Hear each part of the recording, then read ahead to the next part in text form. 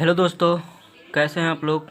मैं प्रज्वल मिश्रा आपका fun with physics पे स्वागत करता हूं। फिलहाल मुझे कुछ ब्लैक बोर्ड का दिक्कत हो गया है, तो मैं इस कॉपी और पेन पे ही पढ़ा रहा हूं। पढ़ाना चाहिए, कहीं भी पढ़ाना चाहिए, सिर्फ बच्चों को समझ में आना चाहिए। तो आज जैसा कि मैंने आपको अपने पिछले वीडियो में बताया था कि हम IUPAC नॉमेनक्लेचर स्टार्ट कर रहे हैं। तो जी हाँ, आपने सही सुना था, हम IUPAC नॉमेनक्लेचर स्टार्ट कर रहे हैं और इसका आज इंट्रोडक्शन पार्ट है। ठीक, तो चलिए स्टार्ट करते हैं। IUPAC nomenclature system. उससे पहले समझते हैं कि नॉमेनक्लेचर की ज़रूरत क्यों पड़ी। देखिए दोस्तों, इस संसार में, इस वर्ल्ड में करोड़ों करोड़ों करोड़ों ऑर्गेनिक कंपाउंड्स हैं। ठीक है, सपोज डैट एक एग्जांपल से हम लोग स्टार्ट करते हैं कि आप कभी यूएस गए। कहाँ गए? यूएस गए। यूएस में आपका एक दोस्त मिला माइकल। अब माइकल, आप यूएस में उसके साथ घूम रहे थे। ठीक है, आपने आम का पेड़ देखा। क्या देखा? आम का पेड़। अब आम का पेड़ देख के आप माइकल से बोले, माइकल देखो आम का पेड़। माइकल बोला नहीं, this is a mango tree. नहीं, आप बोले आम का पेड़, वो बोला नहीं, no this is a mango tree. ठीक है, तो आपस में आप लोग का भिड़ंत हो गया। भिड़ंत यानी झगड़ा हो गया, लड़ाई हो गया। ठीक है, अपने बात को ऊपर रखने के लिए। ठीक है, तब साइंटिस्टों ने सोचा क्यों ना हम जितने भी ऑर्गेनिक कंपाउंड्स पाए जाते हैं इस दुनिया में, करोड़ों ऑर्गेनिक कंपाउंड्स पाए जाते हैं, करोड़ों करोड़ करोड़ों ऑर्गेनिक कंपाउंड्स पाए जाते हैं। ठीक है, उनका एक कॉमन नेम दे दिया जाए। ठीक है, तो बहुत सारे साइंटिस्ट इस क्षेत्र में आए और अपना अपना एक नॉमेनक्लेचर सिस्टम दिए। ठीक है, लेकिन किसी का चला नहीं। जो दो सबसे पॉपुलर सिस्टम, मतलब जो सबसे ज़्यादा सिस्टम, जो नॉमेनक्लेचर सिस्टम फेमस हुए थे, मैं उनको आज आपको बता देता हूँ। जो सबसे ज़्यादा फेमस हुआ था, IUPAC से पहले एक सिस्टम, नॉमेनक्लेचर सिस्टम फेमस हुआ था, उसको बोलते हैं ट्रिबल सिस्टम।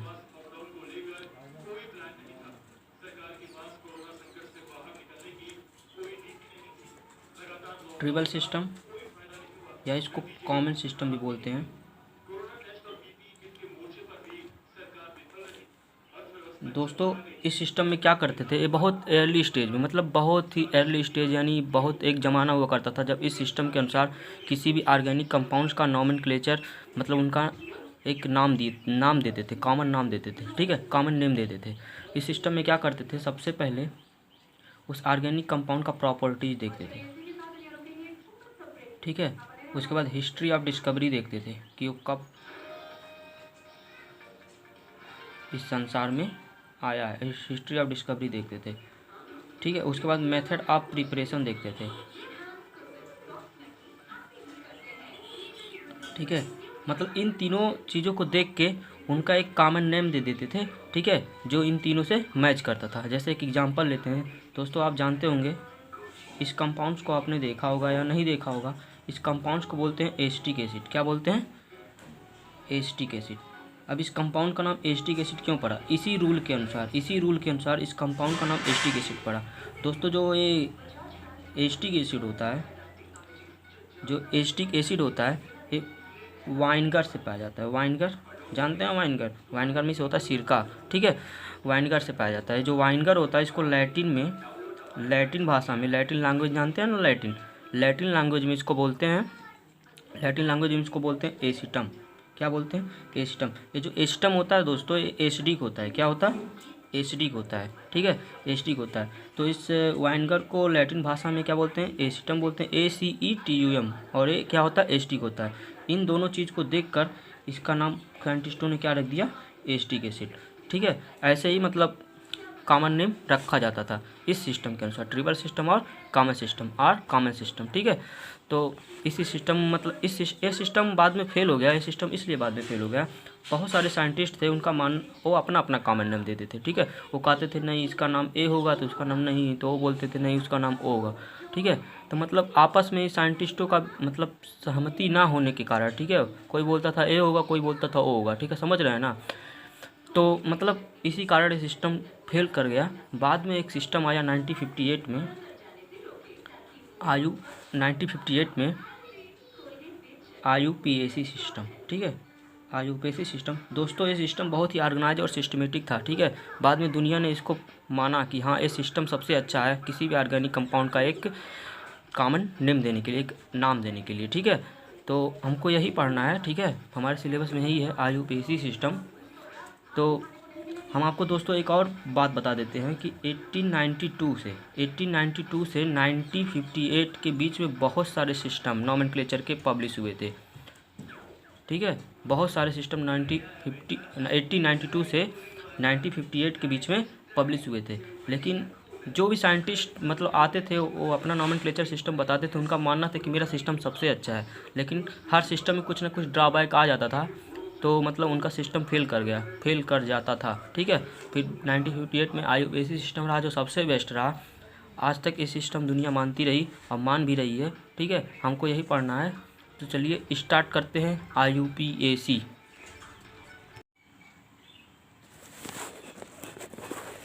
तो चलिए दोस्तों हेडिंग लगाते हैं IUPAC।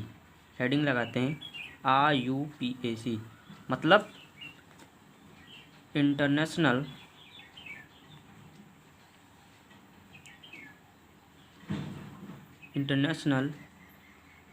Union of pure and applied chemistry. ठीक है, international union of pure and applied chemistry. ठीक है, तो चलिए आज इस वीडियो में हम कुछ बेसिक रूल पढ़ेंगे। ठीक है, बेसिक रूल पढ़ेंगे और उन्हीं से स्टार्ट करते हैं। तो चलिए स्टार्ट करते हैं।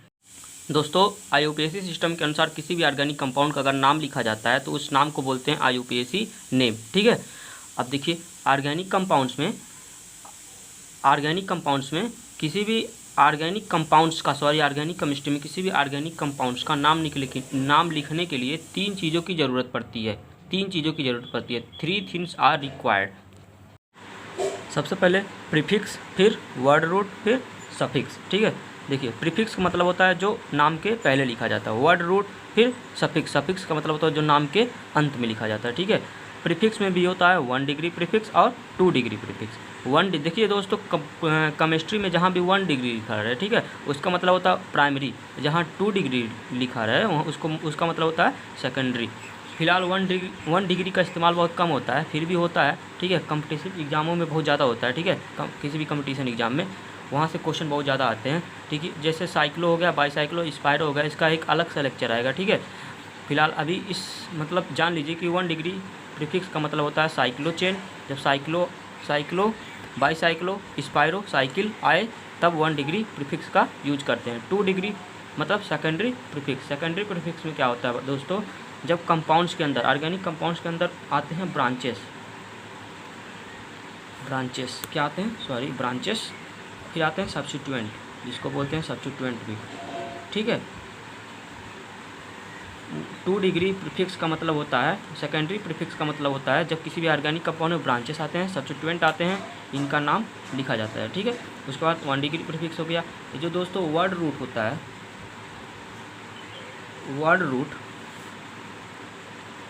ठीक है, हमारे ऑर्गेनिक जो कंपाउंड्स होते हैं उसमें एक मेन चेन होता है, कार्बन एटम की एक मेन चेन होता है। ठीक है, उसमें नंबर ऑफ कार्बन एटम बताता है, नंबर ऑफ कार्बन एटम। ठीक, एटम बताता है। एक बात सुनिए, ऑर्गेनिक कंपाउंड्स जो होते हैं उसमें बहुत सारे कार्बन एटम होते हैं। ठीक है, कार्बन एटम होते हैं, लेकिन एक हमारा मेन चेन होता है। ठीक है, उस मेन चेन के अंदर कितने कार्बन एटम हैं उसको बताता है कौन, वर्ड रूट। जैसे आपको पता होगा 1 कार्बन तो मेथ, 2 कार्बन तो एथ, ऐसे ही करके अभी इसको मैं बताऊंगा। ठीक है, और उसके बाद जो वर्ड रूट हो गया। ठीक है, सफिक्स भी होता है, एक 1 डिग्री सफिक्स, एक होता है 2 डिग्री सफिक्स, 1 डिग्री सफिक्स और 2 डिग्री सफिक्स। ठीक है, 1 डिग्री सफिक्स जो होता है वो हमको बताता है type of carbon bond, type of carbon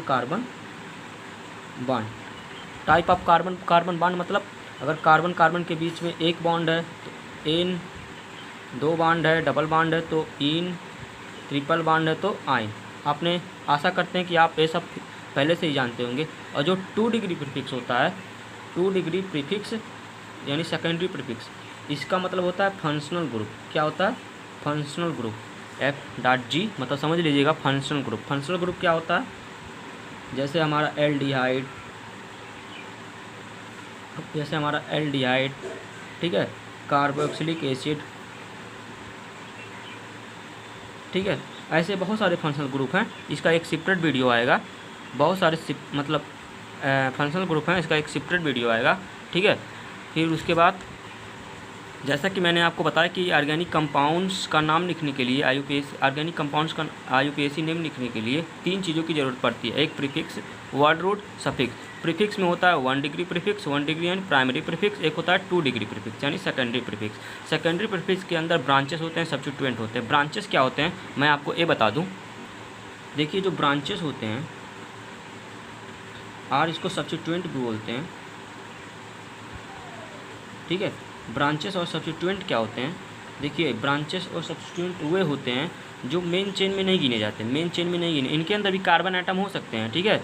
ये मेन चेन में नहीं गिने जाते हैं, ठीक है। मेन चेन से अलग कहीं पड़े रहते हैं, इसी को हम ब्रांचेस बोलते हैं। मतलब कोई मेन चेन है, ठीक है, कोई ऐसे एक जड़ है उससे कुछ ऐसे जुड़ा हुआ है, तो ये हमारा क्या हो गया? ब्रांचेस, ठीक है। और इसको सब्स्टिट्यूएंट भी बोलते हैं, ठीक है। जैसे हम कुछ इम्पॉर्टेंट ब्रांचेस, एक चीज़ और इम्पॉर्टेंट ब्रांचेस के लिए एक इम्पॉर्टेंट चीज़, इनका पोजीशन लिखना, इनका पोजीशन लिखना बहुत ही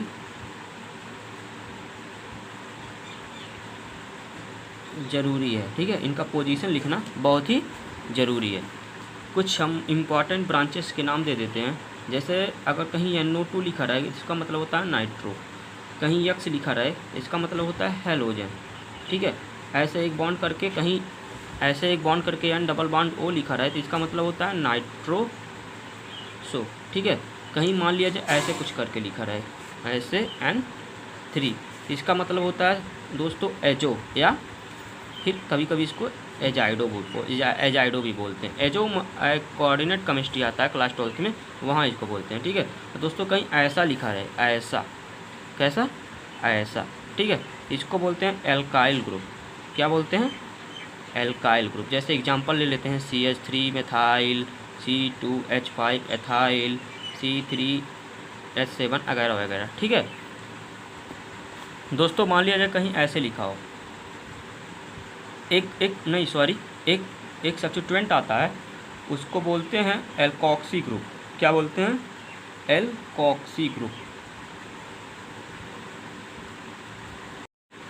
एक सब्स्टिट्यूएंट आता है उसको बोलते हैं एल्कोक्सी ग्रुप, ऐसे कुछ करके लिखा रहता है, ठीक है। जैसे हम एग्जांपल, इसका सिंबल एल्कोक्सी ग्रुप का, जैसे एग्जांपल ले लेते हैं OCH3, इसको बोलते हैं मेथॉक्सी। क्या बोलते हैं?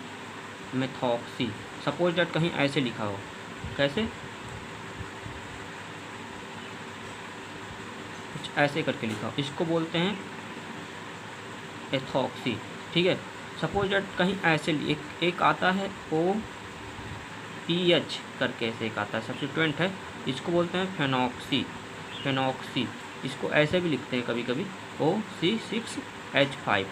देखिए एक ब्रांचेस होता है, ब्रांचेस यानी मेन चेन से जुड़ा होता है। इसका जो स्ट्रक्चर होता है कुछ ऐसे तरह का होता है, ठीक है, ऐसे तरह का होता है। इससे एक हाइड्रोजन यहाँ जुड़ा रहेगा, एक हाइड्रोजन यहाँ, एक हाइड्रोजन यहाँ, एक हाइड्रोजन यहाँ, ठीक है, 1 2 3 4, ठीक है। एक हाइड्रोजन यहाँ जुड़ा रहता है, सॉरी बेंजीन की तरह होता है, ठीक है। ये मेन चेन से जुड़ा रहता है, ठीक है। ये होता है क्या? फेनॉक्सी, ठीक है। कुछ कॉम्प्लेक्स सब्स्टिट्यूएंट भी होते हैं दोस्तों, जैसे आप ले लीजिए CH2 CH3। ये अगर मेन चेन से इस तरह कुछ जुड़े रहते हैं, ठीक है, तो इनको बोलते हैं N प्रोपाइल। क्या बोलते हैं? N प्रोपाइल, ठीक है।